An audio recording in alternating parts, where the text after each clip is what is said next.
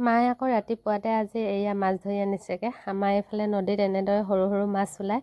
এইখিনি বাচি আছে, অলপ অলপকৈ উঠাই আছে। এইখিনি কিন্তু জালুকনীয়েহে ধৰিছে দেই। আমাৰ আকৌ ডাঙৰ মাছ ধৰিবলৈ যাবলৈ মানে নোৱাৰোঁগৈ, সেইবাবে সৰু মাছে জালুকনীয়ে ধৰি আনিছেগৈ। এইখিনি আকৌ বেটাই আকৌ চাওকচোন বাৰে বাৰে মানে দেখাই আছে, এইখিনি মোৰ মাছ, এইখিনি মোৰ মাছ। সি মানে এবাৰ চুইছে এবাৰ থৈছে, এবাৰ চুইছে এবাৰ থৈছে। বহুত ফূৰ্তি পাইছে মাছখিনি সৰু সৰু দেখি, মানে সেয়া মৰমো লাগি গৈছে মানে মাছখিনিৰ প্ৰতি।